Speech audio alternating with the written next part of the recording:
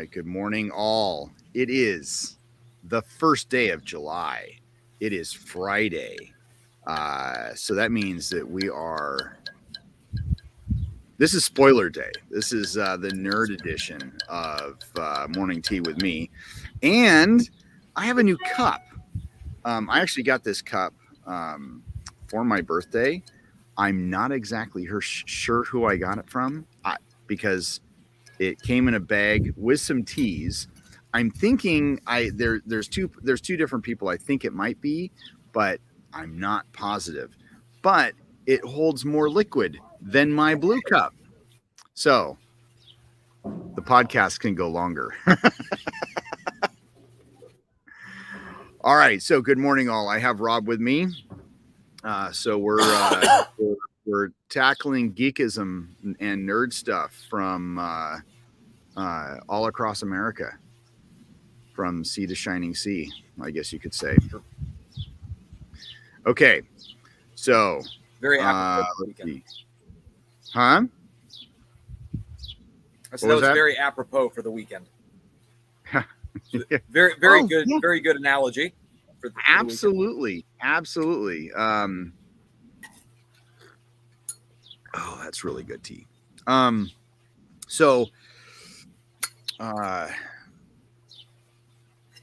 Yeah, I can't remember where my brain was going to go with that, but yes, since it is the 4th of July weekend, I have a friend of mine who had an unfortunate accident last 4th because he wanted to.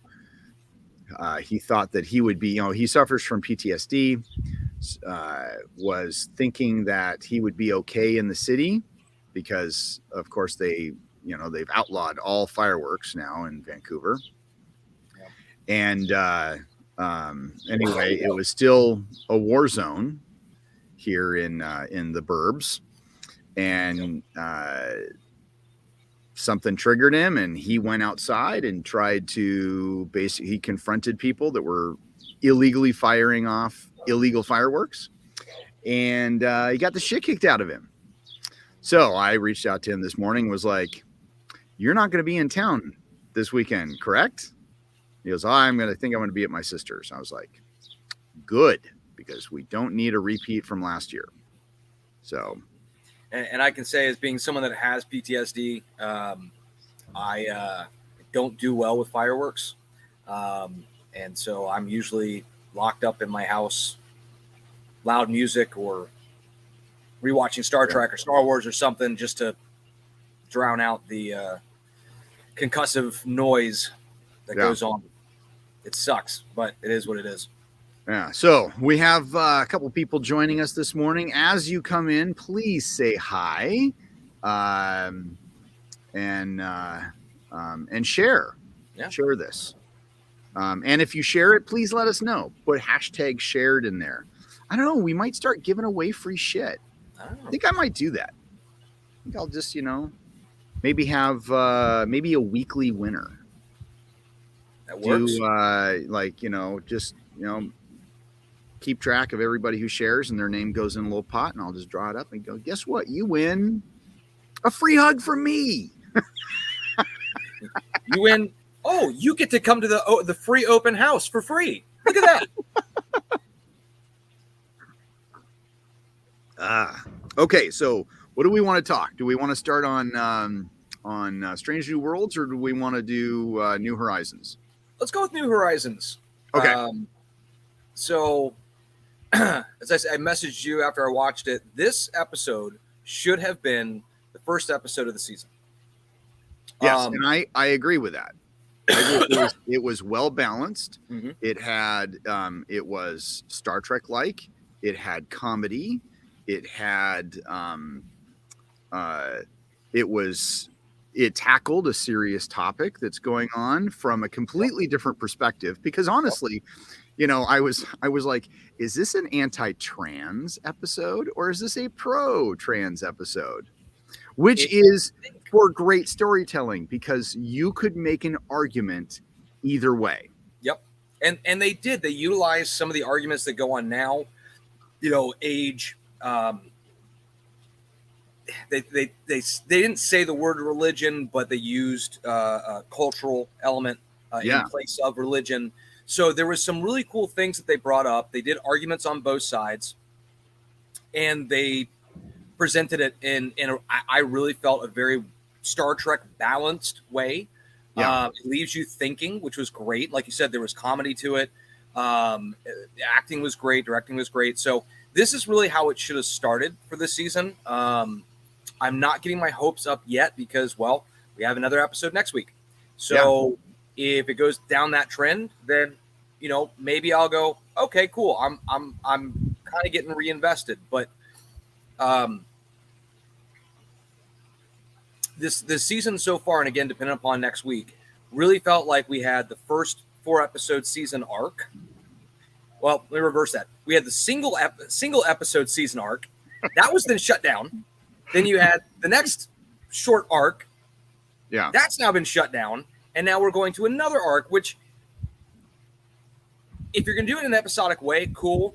But they're going, hey, look, big bad guy.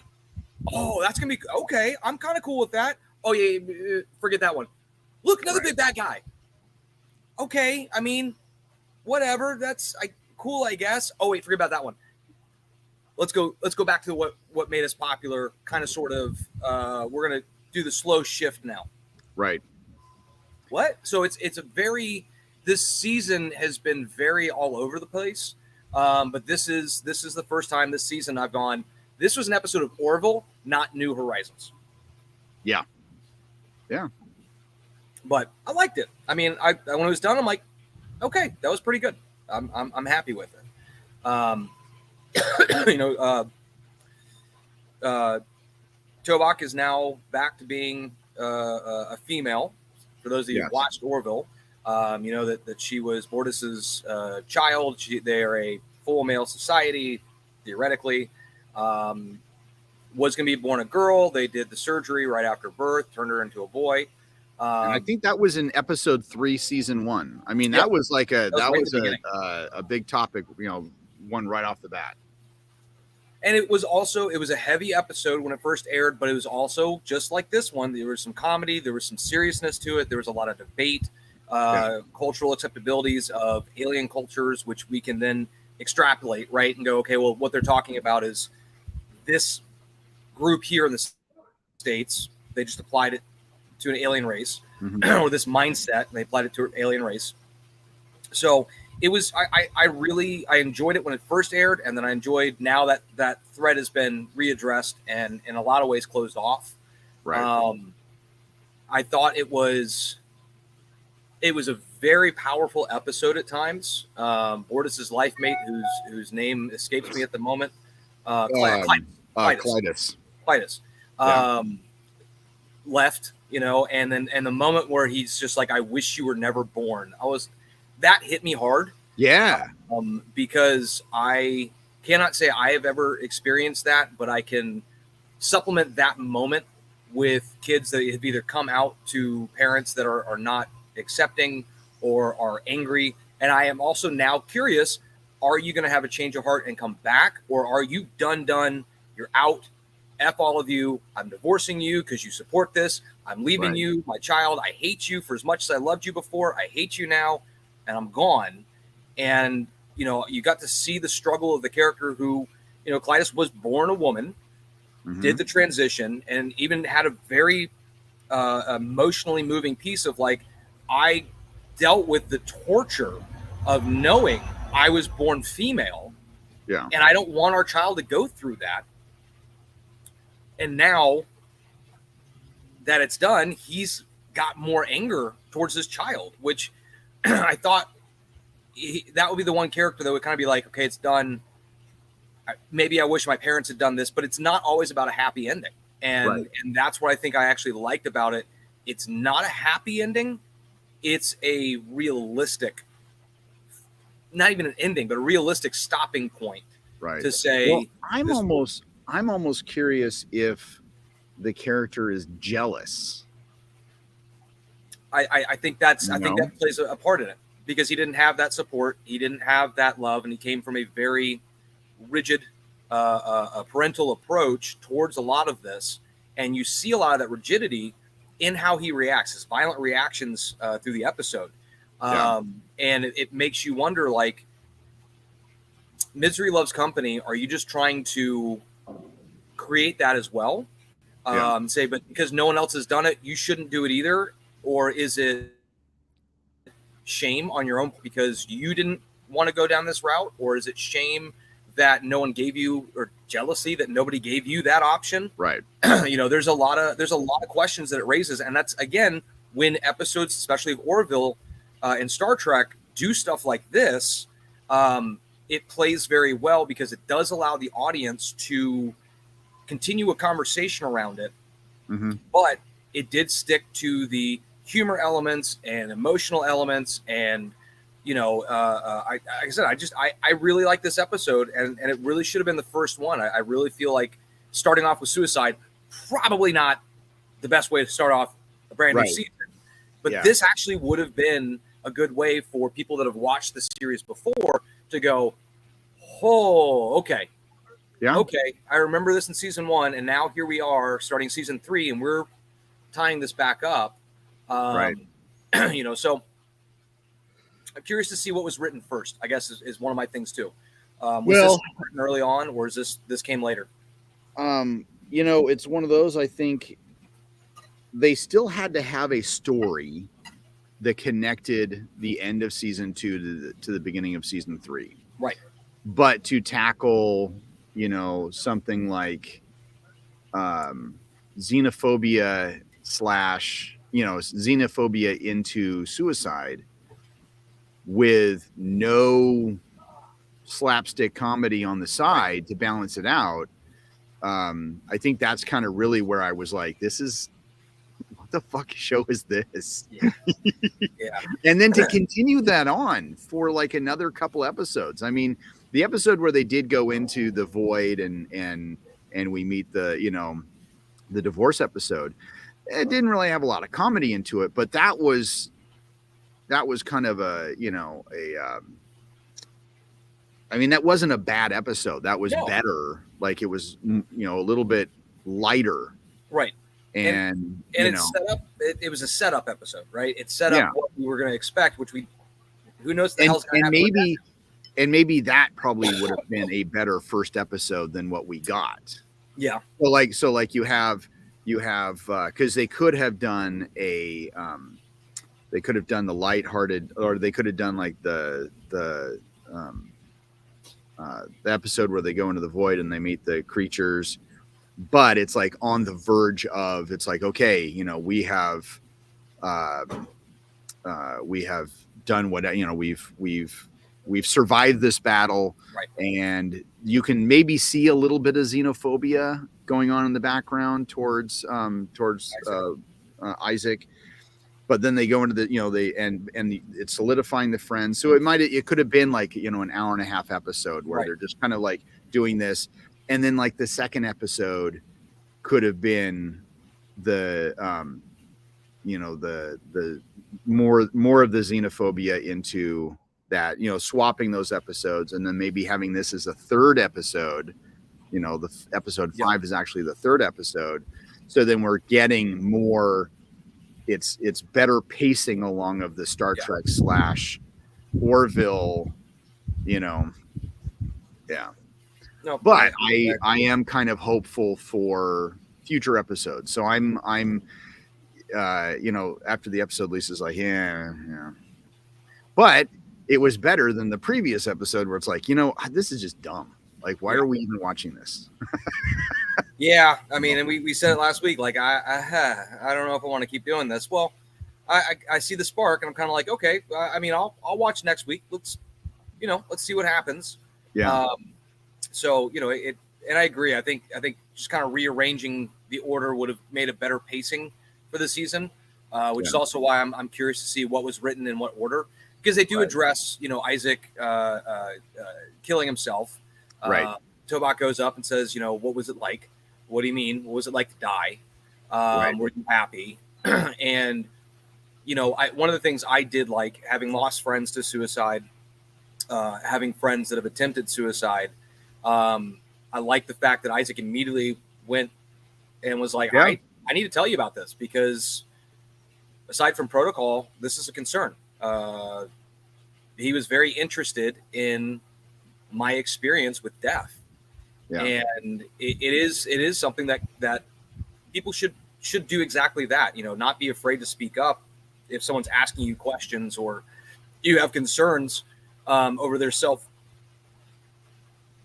potential self-harm, I guess the best way to put it. So they addressed a lot of things in this episode, but again, it was done in a good way. I don't know how I feel necessarily about the Admiral there at the end where she walks in and she dresses him down. It's like, they had a really good plan. I guess the best way to phrase it is to be able to say, listen, we can claim probable deniability. We didn't know I was going to do this. It wasn't a member of the Federation. I can't remember what they call themselves right now. It wasn't a member of the Federation. It was that guy. Right. He took it upon himself to do this. So get mad at anybody. Get mad at him, not us. We didn't do it. You told us not to. We didn't do it. We were on a performance. He did all this stuff. We're gonna have a stern talking to. It seemed like all of that fell 100% on deaf ears, and kind of got ignored. And I get that from a certain standpoint, but and then as she's walking out the door, she's showing her approval. Yeah, I don't know. I think I get the point of the scene. I just don't think the scene was done the right way. No, I don't think so either. Yeah. I of course I have to view it through the lens of Star Trek, right? If that was a Star Trek episode, you would have, I'm going to use Cisco as an example. You got Cisco sitting there getting dressed down by the Admiral, who's going like, what the hell happened? Yeah. Because I told you not to do this and it happened. I ordered my crew for some R&R. One of my officers wanted to do a performance. During that performance, the ambassador took it upon himself to use his medical knowledge to perform this task in what he believed was a helpful situation. We didn't approve, and we did not know about it until after the fact. Yeah. Okay, so that's the on-the-record conversation. Now let's have an off-the-record conversation. Yeah. You did this, didn't you? You set this up. Well, no, sir. Off the record, I can say that, Isaac brought the plan to us, and I can't say that I didn't disagree with it. I just told him that, the organization, the council said we couldn't do it, and therefore we cannot sanction any action he is going to take. Right. That's what we told him, but I'm glad he did it. Well, so are we, but, and it just, so like, again, in a Star Trek world, it would have been that kind of balanced response, right? You have the on the record conversation. You're telling me you didn't know this was happening, sir. Shit happens on my station or on my ship that I'm not always going to know about, but I understand it falls upon me to know it. Yeah. However, this is why it didn't. Okay. Off the record. Good job. Good workaround. Glad you figured out what I was trying to say, buddy. Kind of thing. And it, while it sort of happened, to your point, it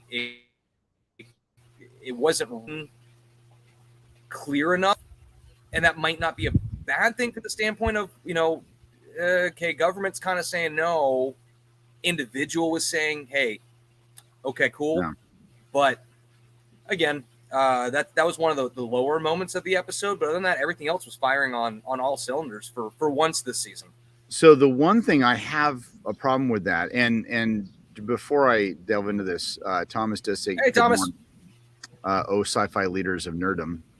And he is pointing out that ratings have dropped because I'm using the wrong cup. No, Thomas, this is a cup I got for my birthday, and it holds more liquid. Plus, I can actually wrap my hands around it. So it is a little chilly today, even though I've decided to be outside. That's why I'm wearing a coat. Why didn't they use an admiral that we are already familiar with and somebody we've never met before? And had no, and I know that Star Trek is famous for that, but they did have quite a few admirals that were reoccurring. Yeah. What is it? Admiral Nichea? Was she the blonde in Next Generation? And I can't remember the one that kept on reoccurring in DS9. But for the most part, I mean, they could have used God, is it her father? Is that her father, the admiral? Let's see. There's Ted Danson's admiral. Then there's the other one that's on there all the time. And I can't remember if she's her father or it's friend. The one that's it's the Alias guy, the guy from Alias. Yeah, whatever his name is, I can't remember. But I think he plays her father, or I think anyway, regardless. There's a relationship there because she went to him to get Seth MacFarlane's character his own, vouched for. Like, no, you want this, you want Ed. Right. Yeah. So if it had been him, I could totally like buying the dress down and the anger, and then the "I'm kind of glad it happened" comment. Right. That would have been better for me. Right. So I am in a way kind of hoping that we re-see this admiral in the future, because maybe she's just got a shitty personality and doesn't know how to communicate. Maybe. So hopefully we will see this admiral again, so we can be like, oh yeah, she's just a bitch. Yep. So yeah. So I'm somewhat looking forward to next week, but I don't know. Not looking forward to it because it's the last episode of Strange New Worlds. And that's so good segue. Wow, this episode. So we were talking about it a little bit offline, and I agree with which I'll let you share your comparison, but I really enjoyed this episode. I cried. I did. Not gonna lie. Absolutely teared up. I enjoyed this very horror-based episode and bringing back what seems to be this season's regular villain in the Gorn. And I love that. I love that, in TOS, we had one episode and we didn't really, Gorn were kind of like, oh my God, they're super badasses. But did we ever really see that? No, not really. Right. We had Klingons, we had Romulans, but here, more Klingons and Romulans, but neither here nor there. Now we have the Strange New Worlds has the Gorn. That's their regular overarching villain. Yeah.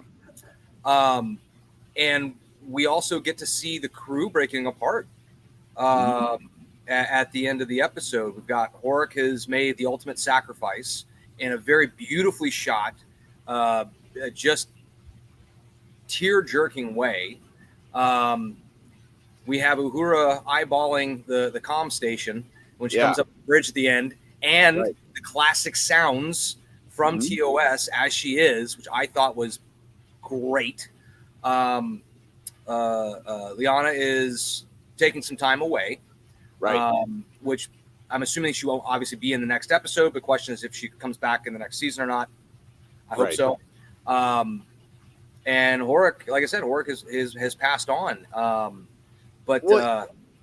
For a character we didn't see that much, I wasn't really connected to that. I didn't I don't know when you teared up. I was more like, oh my gosh, this is the best Star Trek version of aliens I've ever seen.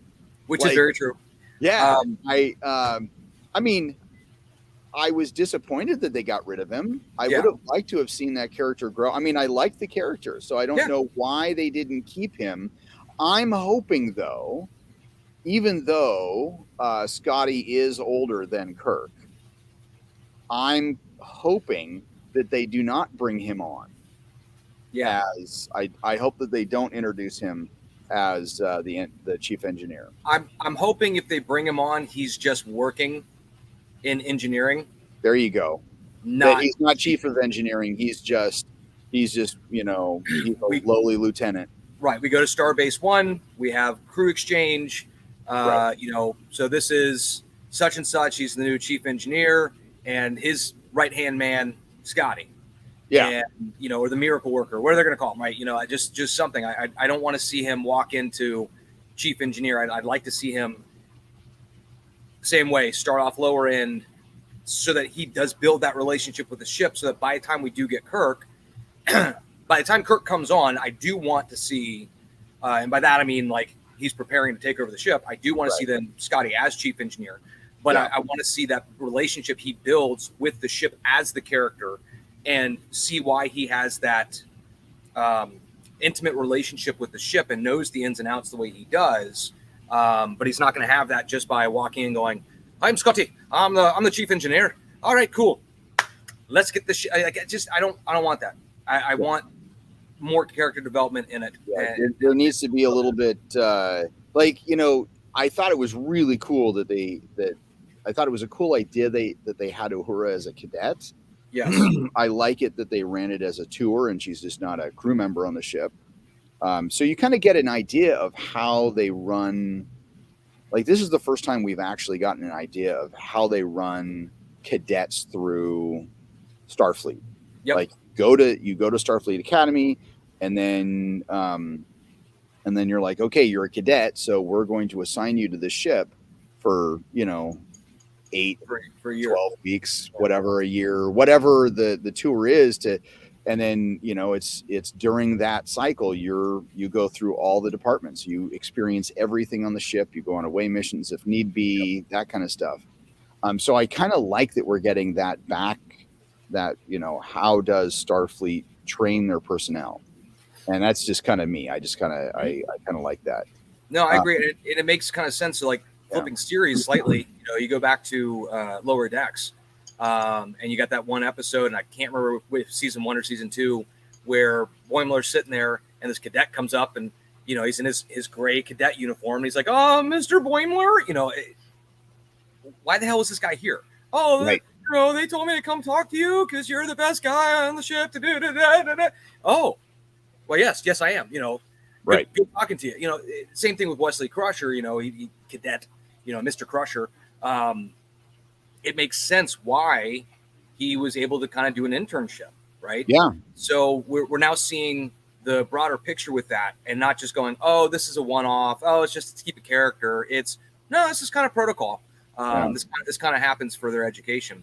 Thomas kind of agrees. Scotty should be the assistant chief engineer to start, and then we get to watch him become chief. So I want to watch him become the black belt before he just walks on with a black belt for the martial arts analogy. Exactly. Like it could almost be like they could almost transfer him, like, you know, maybe even halfway through season 2 or 3 or 4, where he comes on and you're like, and we get introduced. It's like, "Oh, you were the assistant chief on, you know, on the Potemkin or whatever, you know, ship it is." And it's like, yeah. And he says, "Oh, okay, well, you know, you're going to fit in here well. And, you know, it's another Constitution class ship, blah, blah, blah." And then we get to, you know, and then like the last episode of, you know, the series, you know, it's like, "Oh, we hear we're getting a new captain." And it's like, "Oh, that's kind of cool." It's like, "Oh, and there's also promotions involved." Right. Or maybe there's a promotion involved, you know, at the beginning of the last season, and Scotty becomes the chief engineer, and then there's talk of, you know, getting a new captain at the end of the last season. So that would be, you know, getting to see him for a couple of seasons as an assistant chief, and then having it promoted in the last season. That would be logical for the transition, you know. I would like to see Scotty mess some shit up. Yeah, absolutely. You know, like, "What do you mean? Because by protocol it should be, you know, or the schematics say this." And watching his chief engineer being the guy who goes, "Really? 2 hours? Dude, you always double it. That way they think you're a mere." Like, I want to see somebody else set up that mindset for him. His mentor, like, or him even mention, like he's an assistant chief dealing with somebody else, and he's like, "No, you know," he's like, "Look, a mentor once told me this is what you do." And then he hears the chief engineer, or the chief engineer overhears him at the time say it, and the chief engineer is like, "You got a good point, but don't make it a habit." You know. I just want someone to say buffer time. I just want someone to be like, "Yeah, Scotty, what do you call that?" "Oh, I call it buffer time. You know, you're buffering in between this." Buffer time. Awesome. I like that. We should all work in some buffer time into what we say. You know. Yeah. I think that'll be epic. But, you know, so you'd ask what part teared me up. Horik, when he walks outside of that force field there at the end. Okay. And we'll dive back to the beginning here in a minute. But when he walks out, and he just, he kind of lifts his head up. He's like, oh, just reminds me of Andoria, and just smiles. And then you just watch him tip over the edge, and then the long shot as he falls. I can't tell you why it hit me, but it hit me. Like, I liked him as a character. Do I feel a huge emotional connection to him? No, not necessarily. But I did like the character a lot, and I was hopeful that he was going to be around for a while. But I saw an interview with the actor who was like, no, from the get-go, this is. I didn't know how I was going to die, but I was only in it for the season. Really? That was the plan. And he's like, so I knew that I was going to be written off by the end. I just didn't know exactly how until about a week before we started shooting. And I loved it. I was very happy with the sacrifice that he was making. And well, especially for a pacifist. I mean, that's, I think that's. So he was a very vocal character, which I liked. A nice combination between, very in some of the, egotisms, I guess, for lack of better terminology. He was very like, I know what I'm doing. You don't touch it. I'll deal with it because this, that. I mean, he was knew what he wanted to do.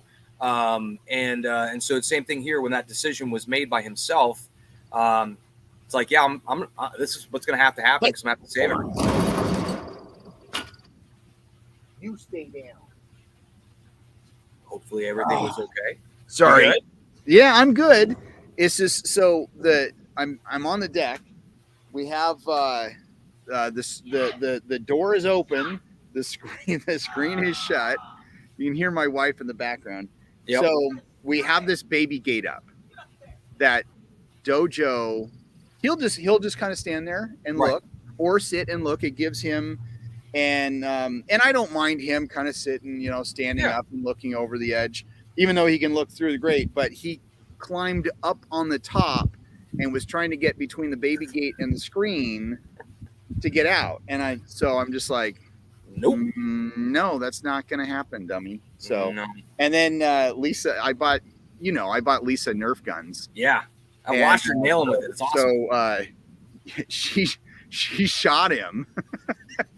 I mean, I don't know. It's what, 20 feet. Yeah. And she's like, and I heard her, yeah, which means that she actually tagged him. But it's better than having a water gun and having, wet carpet. Floors wet in the house. But Oops, sorry, girls. Let's see. Going back to the beginning. So going back to the beginning of the episode, though. So this in the previews they had this Constitution class ship like on a planet. Didn't know if it was going to be the Enterprise or not, but apparently it's not even a Constitution class ship. It's something else, but it's got the exact same design. So, and even Mbanga says it's like, oh, we should be familiar with this ship. It's got all the same parts as a Constitution. And so I'm like, is it a smaller version of Constitution? Is it, what? Because I was really trying to look at, like, when I was looking at the visuals, what's the difference? Like, I couldn't see it. I couldn't see it either. So I don't know. And I can't remember the name of the ship, or I can't. Well, I think it started with a P, because when they said, I wanted to call it Pegasus, but I don't think that's right. No, it wasn't the Pegasus. I'm looking at it because now I'm. But anyway, when they said the name, I was like, wait a minute, that's not one of the original 13, Constitution class ships. So I'm like, well, I was like, oh, okay, well, maybe they're just doing another retcon. And then they actually, say that it is another, it is a different class. And I was like, okay. So they're keeping it, they're still keeping it good. But I'm like, I was like, it looks exactly like, and then they say it had a crew complement of 99 people. Yeah. So I'm like, that's a quarter of the crew. So it's got to be a smaller version. Like I don't know. I mean, I don't know. It was interesting, but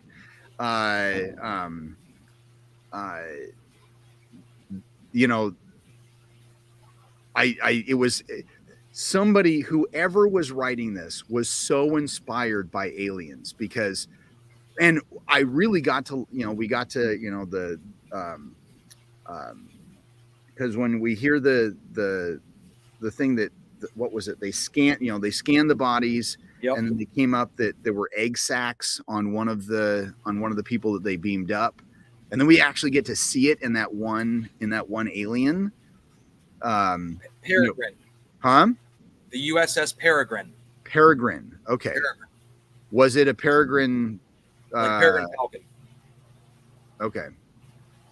That's all it's got. That's all it says. Just it's the USS Peregrine. They receive a distress signal from them. So now I'm going to look up the ship and see if there's any info on that.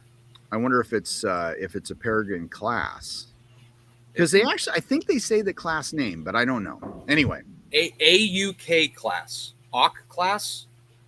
Oh, nope, sorry, that's actually for the military. Hold on, that's a Navy ship.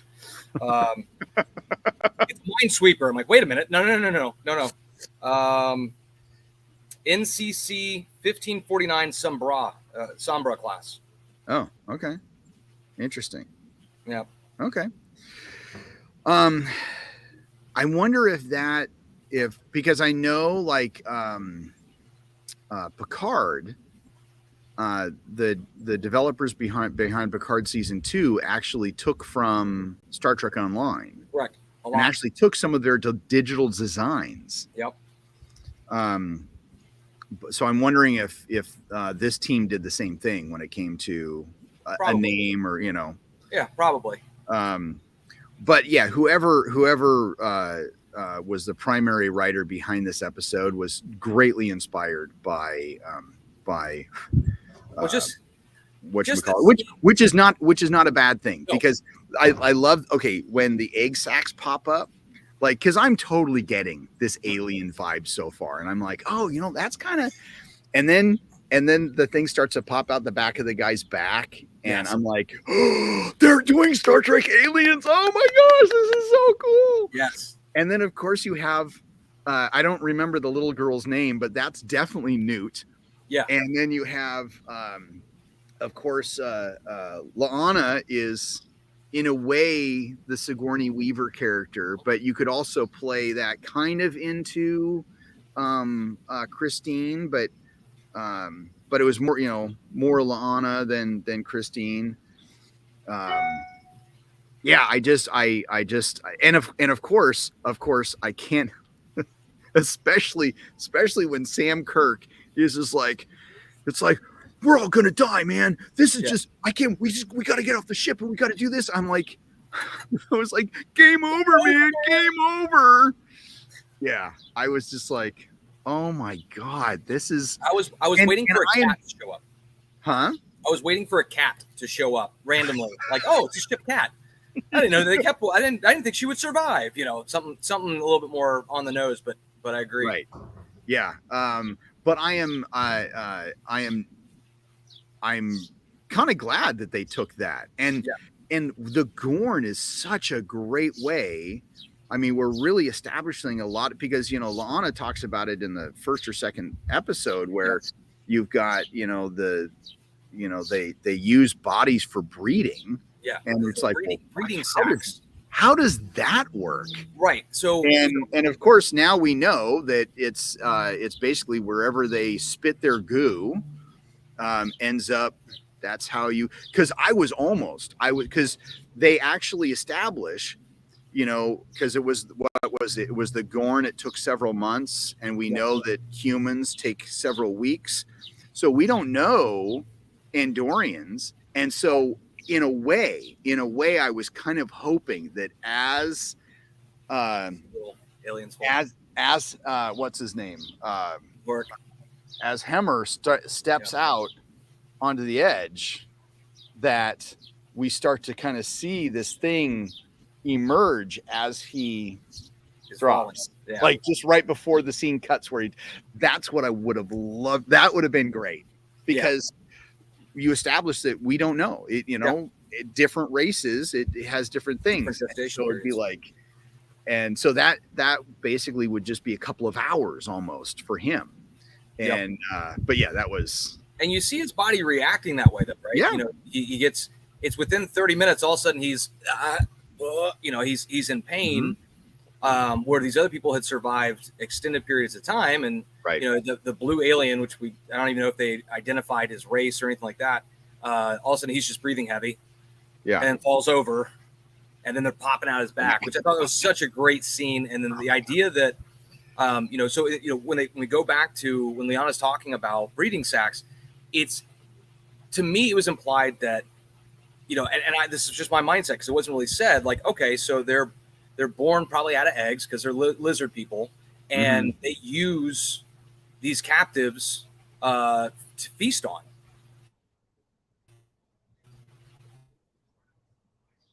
Give them a facial, you know, they spit all over them, and that's how they breed.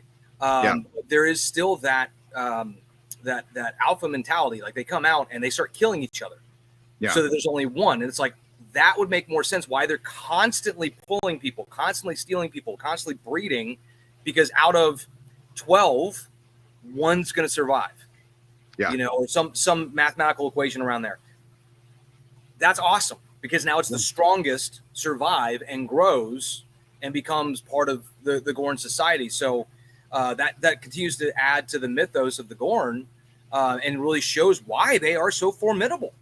And like I said, to me, this episode absolutely fired on all cylinders. Again, some decent jump scares. Jump scares don't really work on me because I know the framing, and I'm like, oh, here comes the jump scare. Haha, gotcha. But it was done well. It was done to set up that horror vibe, that sci-fi horror vibe, and still at the same time we see growth. We see the, you know, when Hemmer's having his, and I keep calling him Horik because that's the actor's last name, and it sounds better to me than Hemmer. But we see Hemmer going and saying his goodbyes. And I think that's part of what hooked me there at the end, to add to some of that emotional pull. Wow, you know, these guys really have been together for a while. We may not have been privy to all of it, but they've been together for a while. Wow, this sucks. This hurts. I was really hoping to see more of this. Oh man. Oh, but he goes out with peace in his heart. Like, I saved my crew, and I have a flashback from home. So I like I said, I've watched this episode twice. I had to. I absolutely enjoyed it. Yeah, I ended up watching it last night. It was so funny because last week we watched Orville first, and then Strange New Worlds, and I was so unhappy with the Orville episode that, and it was getting later too, that kind of put me in a bad mindset for Strange New Worlds, and I was tired, so I actually had to go back and rewatch because I fell asleep halfway through. And of course, we talked about the episode didn't engage me. I do want to rewatch it, you know, with a fresher mind. So this time, a little bit earlier in the evening, and Lisa's like, "So, what are we watching?" And I was like, "We're watching Strange New Worlds first," because I don't know how bad New Horizons is going to be. So we're going to watch that first. So, and I'm glad I did. I mean, both episodes were good. I think if I had watched the other one first, it would have been fine. But yeah, I'm very, very happy with, and of course, you know, even though it was, a take on aliens, it was a well done take on aliens in the Star Trek universe. Yeah, it gave us something with characters. It gave us something with, you know, a racial growth from an alien race being the Gorn. We see loss. We see different emotions played out. You know, and like I said, Liana's left. She's going after to help find this little girl's parents outside of Federation space. You know, so now we've seen the crew kind of be broke apart, which really leaves me like this could have been the season finale, and I would have been very happy. So I'm very curious to see what we're going to do next week, like the actual season finale. We've now lost 2 core members of the crew. What's coming next? You know, how are we going to move on? You know, are we going to get introduced to Scotty? And again, I hope they do it in the right way. Are we going to get somebody in the interim, right? We get a new chief engineer, and that guy is responsible for bringing in Scotty later on. You know, like I said, I've got questions, and I like that feeling. But again, I feel like this was such a good way to end a series or a season that I am a little nervous for next week. Yeah. Now here's a question. This Mike dude that sent us his manifesto for that one episode where Pike is a bad captain. This got me thinking, and I didn't actually start thinking about it until right now, because I was like, okay, well, let's look. You know, we both enjoyed this episode, but was like, because Pike says, hey, this is, you know, let's, you know, we're going to have the Enterprise go off. We're going to, deliver this stuff to K7, which I kind of thought was kind of cool that they brought in K7 to that. Yep. And it kind of shows how long K7 has been around. Right. Too. So it's not, you know, a fresh space station. It's been around for a while. And so you have that. So the Enterprise isn't going to go around. They're taking their 2 shuttles. Captain is going to do this. He's taking some of his top people. Okay. Because of course, you know, just delivering batteries to K7. Essentially, that's what they were doing. Yeah. You know, that's just a monkey could do that job. Yeah. So, but was it irresponsible of a captain to bring 2 cadets and not just, and, you know, 2 cadets and some of his main people? Now I can understand we're trying to see if we can get the ship salvaged and off the planet. So you're probably going to bring your chief engineer. Yep. You know, you're going to bring the person who's going to be able to do it. I would say you're probably going to be bringing your top security person and probably some other security personnel. So I would say, but to bring M'Benga and Nurse Chapel. So now who's taking care of the med bay? Yeah. And of course, yeah, there has been established that there are other doctors and there are other nurses, and it is just a battery run. You're just delivering a shipment, you know? And I know Star Trek is, you know, they always take, you know, it's always been like a Kirk Spock. You always take your main characters places, but then you're also bringing 2 cadets into this completely unknown, like this, especially when you start finding bodies that are ripped apart. Like at some point it's like, you know what? I think you need to stay on the shuttle. Yeah. Why don't you guys lock that shuttle down? You're going to be on guard duty. Go lock it up. Put up the force fields. We'll call you if we need you. And for the amount of, I mean, they brought 2 shuttlecrafts for only, let's see. So it was Hammer. Let's see. M'Benga and Christine. We have Kirk and Spock, Pike and Spock. We have the 2 cadets. We have the new lieutenant. Yep. We have the main engineer. And then did we bring anybody else? Sam. Oh, and Sam. So there's 9. Shuttle 5 or 6, if I remember correctly. So that's a total of 9. Yeah. I'm so probably bringing 2 shuttle, because we know that it's been established at least shuttles 10 years from now can hold up to 7 people. So maybe, you know, maybe bringing 2 shuttles is appropriate. Plus, you know, any survivors, maybe they can't salvage the ship. Right. Or they're bringing down gear to repair it with, or, you know, but I in my head, I was like, 2 shuttles makes sense. I think it's like 5 per shuttle or something, like, okay, we're good. Yeah. But no, I would almost go back to Enterprise and see how many would fit in a shuttle Enterprise the series, and then kind of extrapolate that as the number. Well, let's see if we go. Let's see. Even the first season, the first season when they go to, or the first episode, because I haven't watched. I'm 8 episodes behind, dude. I'm still wrapping up season 7, so don't worry. But then again, I am closed on Monday, and so Sunday and Monday I'm really not going to do anything. So I'm probably just going to vegetate. And actually, what I really want to do is I want to do the lettering that you helped me put up on the wall. I want to do a smaller version of that to put up before opening day, before my my grand opening, or my open house.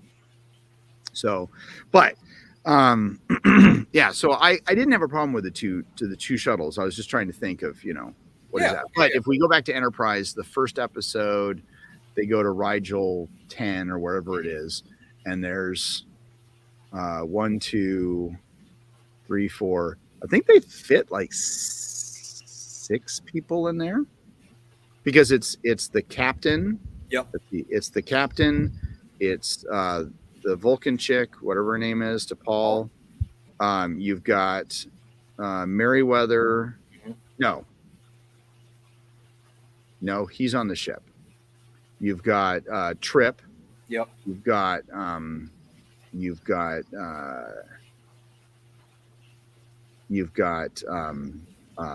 linguist. What's her name? I can't think of the Asian girl. I think it was 6 people. I think it was 3 teams of 2.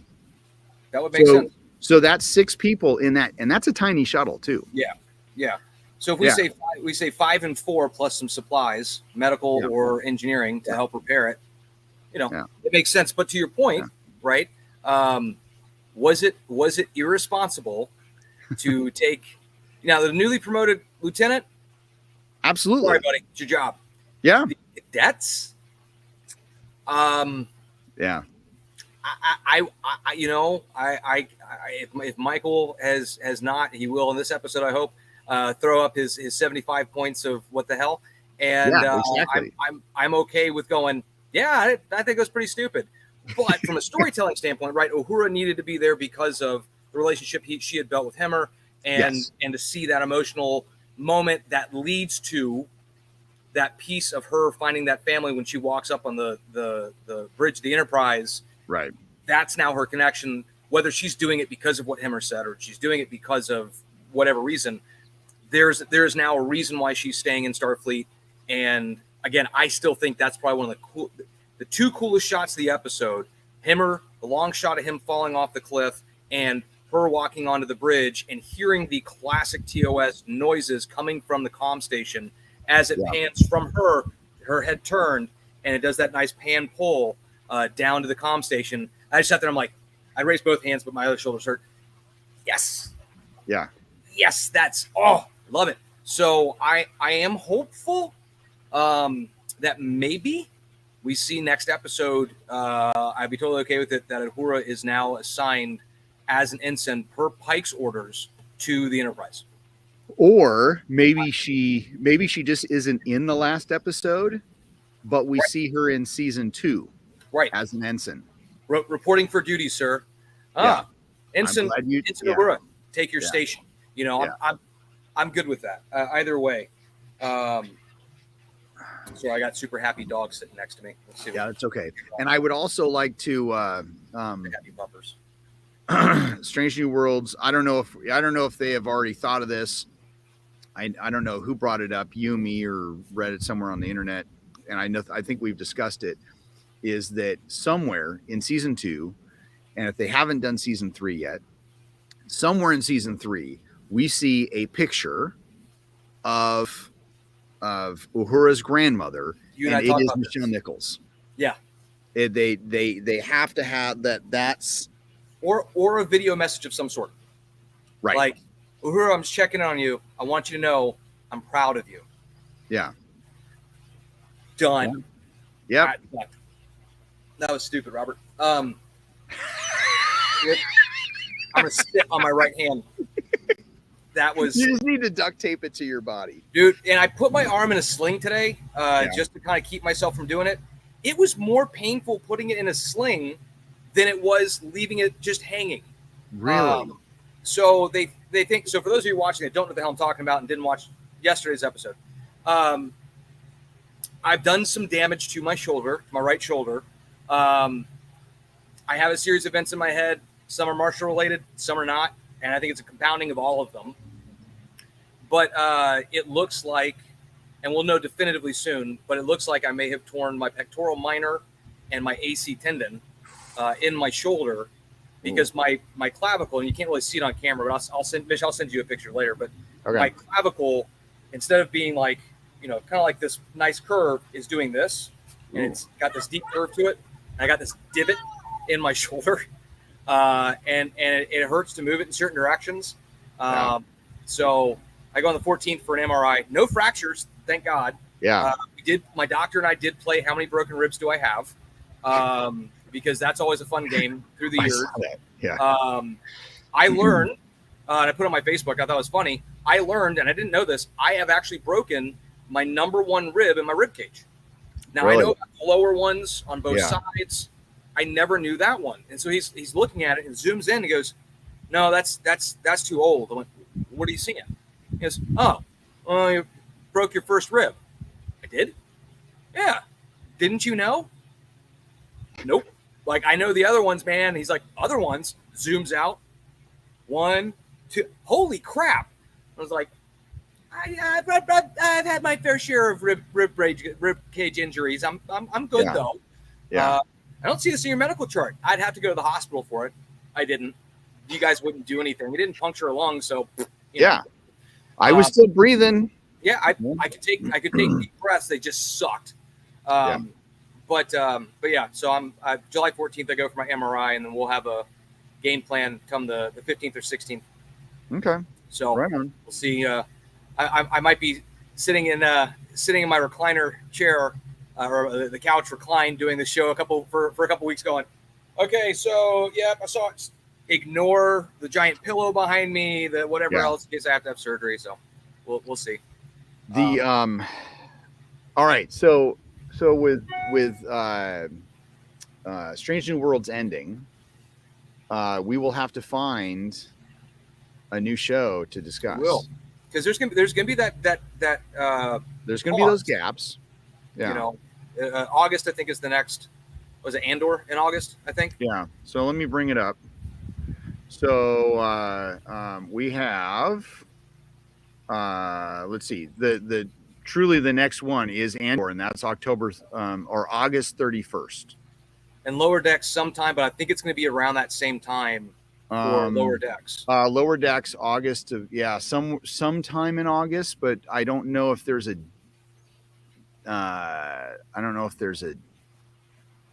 I'm checking now. I don't. Okay, wait a minute. The Teen Survivor show. Okay, Thomas, are you talking about the Snowflake Mountain, or is there an actual Teen Survivor? Because I have not heard about there being a Teen Survivor. Because Survivor 43 starts September 21st. Oh, yeah, on Netflix. Yeah, Thomas, that's Snowflake Mountain. That's Snowflake Mountain. That's an awesome show. We can absolutely. That's an awesome show. I will say one of the shows that I've been watching. I just caught up on it, so if people have seen this. Awesome. It's called The Old Man on Hulu. Oh yeah, that's fucking great. They're only on the 4th episode, but that's really, really, really good. Really enjoying the hell out of it. So that might be something we can kind of catch up on or something. But plus, we have a year of Trek to talk about because we haven't done that for, you've been talking about it, what you've watched, but we haven't. Offline we talk, but online we haven't. So we'll find some stuff. Yeah, we'll find some stuff. And like I said, like I mentioned yesterday, maybe we'll just pick okay, there's this show. Let's, we'll watch it week to week, or we'll binge watch it, and we'll talk about like the first half of the series, first half of the season, or and we'll figure something out. Let Lisa know, and Jim, I know you'll watch this at some point. I have renewed my HBO Max subscription. I will catch up on Game of Thrones at some point in time in the very near future, so that I can come back to your house. I mean, I'll talk to Jim about anything, but Lisa's saying I have to watch it before I'm allowed back in. That was okay. Nope. Hard Okay. stop. Well, I will but watch it's not. Let's see. But it's not like we're super Game of Thrones fans, though. Like even Elisa put it on last night. It was like, or not. She didn't put it on last night, but she either this morning or last night she brought it up just to see how many seasons there were, and she goes, "Oh my God, there's 8 seasons." I was like, "Yeah, we stopped watching at 6." Yeah. I'll And check it out.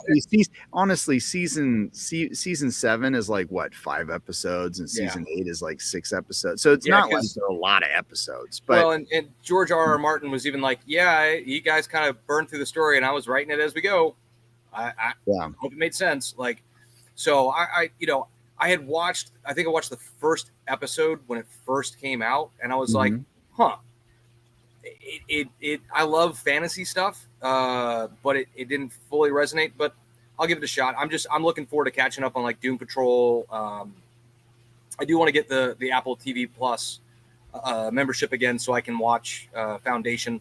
oh yeah, I have not watched that yet. Fan, and I watched like the first 2 episodes on my plane flight to Michigan when I went up there, and I was so hopeful when I came to see you. I'm like, oh man, if they have the rest, that'll be great. Nope, they didn't. Son of a bitch. No. But that's okay. But that, and then Raised by Wolves, and we've got some stuff to Westworld.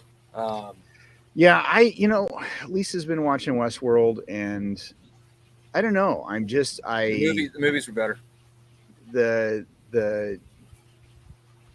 I'm okay with excessive violence. Yeah. But if it's good for the story, right? I think they just shoot people to shoot people. I think it's a little bit more than what's necessary. Probably. Yeah. Gore for gore's sake. Yeah. Let's see. Now, to bring something completely different. So Thomas came to the dojo yesterday. We shot. Spent about 3 hours shooting. Got about 20 short videos done. Nice. We did have a break about 2 because I had a Zoom class that I did, but got quite a stuff done. Well, I had his red gi there, so he's and he made it a point to say I'm turning all my black belts into red shirts. And I did tell him that's an inspiration from Jack Hogan. Yeah. And that's why I wear a red gi. All the color belts, they wear white gis, and then the black belts, they had red gi tops. Yep. And him, because he was the head of the school, he wore a blue. Yep. And I've always navigated to the blue. I once I realized, oh, you can buy a blue gi, I bought the blue gi. Yeah. I had a red one for a little bit because I thought, okay, well, red is it's instructor color. It's so, and I had red polo shirts, so when I would teach handcuffing and other classes, I would wear my red shirt because stands out. It stands out. It's the instructor color. So I did have a red gi, but for me, wearing the red gi, it just didn't look right. And I liked the blue gi better.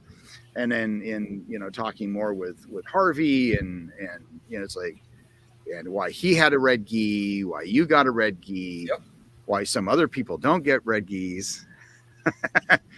But generally it was, and then there's some that had the red gis, but they just they grew up and then bought themselves blue gis. Yep. But it's just one of those things.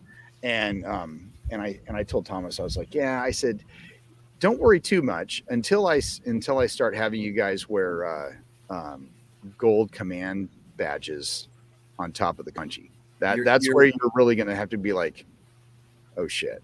This is your stripe system. Before you become a second or third dan, we're gonna just do gold stripes along the inner lapel of your gi or on your sleeves. You're okay. Hey, do me a favor. Just walk over to the store real quick and get me something. You'll come back fine. it's okay. I'll Yeah. check on it in an hour. When I start wearing a gold gi, that's when people are going to start. I think if you ever end up doing a seminar on the fantasy weapons, you need to have a gold gi. Yeah. Because then you can teach all the double punch stuff. You can do the all the various Klingon weaponry and everything else. But I you know, a little bit of Kirk Fu and a little bit of so Klingon somebody did a Kirk Fu book. Yeah, and it's licensed by Paramount. Like it's an official the cartoon drawing yes. Manual. Yeah. Yeah. And I don't know how many techniques they have in there, but I was like, I would love to do like a Q-Show Corner, you know, a bunch of Q-Show Corner episodes based off of that book. It's like, okay, so this is the book that I'm going off of. Here's, you know, this is what I'm thinking. And then, you know, here's my interpretation of that. Yep. I think that would be a riot. I think that would be an absolute riot. But yeah, a gold. Maybe what I'll do is I'll buy a white gi, and I'll dye it like a dark yellow, or you know, see if I can't find a nice gold color that I can dye it. That would be, oh man, that would be freaking awesome. See, now you got me. I think I'm gonna order something from Century today. So just because I looked up the Kirk Fuchs, I wanted to see how many techniques they have. I also found there's a Body by Starfleet fitness guide. Oh, really? There is the Star Trek alphabet book. Oh, yeah, I have that one. Yeah, the body by, what does it say as the descriptor? Body by Starfleet. Okay. Is this on Amazon? Yeah. Okay. This is funny. See, read more. Well, it's about the author. Actually, we'll do. Where's about the book? There it is. Fully illustrated guide that bridges the nexus between stasis and health. Star Trek Body by Starfleet provides real, practical, and fun exercises for Star Trek fans of all ages and physical abilities, so they may boldly live long and prosper. Interesting. Dude, and it's only fucking $8. Yeah. Okay, let's see. I just added that to my list. I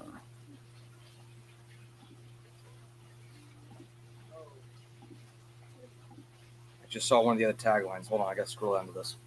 Okay. Oh. So this is, yeah, that's what he's talking about. This one right here. God, it came out in 19. Yeah. But yeah, hardcover, it's only $8 or $9. Oh, Bobby's like, I can't take you two anywhere. Nope. Hell yeah. Just learning that now, Bobby? Jesus. Okay. I might have to order that. Totally. Okay. So we'll just add that to my cart. So there we go. They have a Where's Waldo using Spock. I'm just scrolling through some of these other books. It's kind of funny. Oh God, same guy. Rob Perlman has a book called Fun with Kirk and Spock. Watch Kirk and Spock go boldly where no parody has gone before. There's a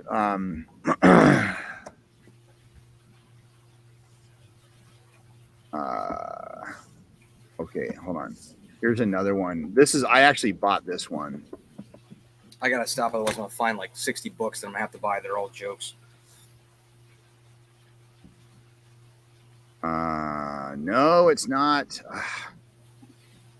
Anyway, it's not coming up when I do my. Oh, actually, let's go to orders. Oh shoot! Now I got to log in.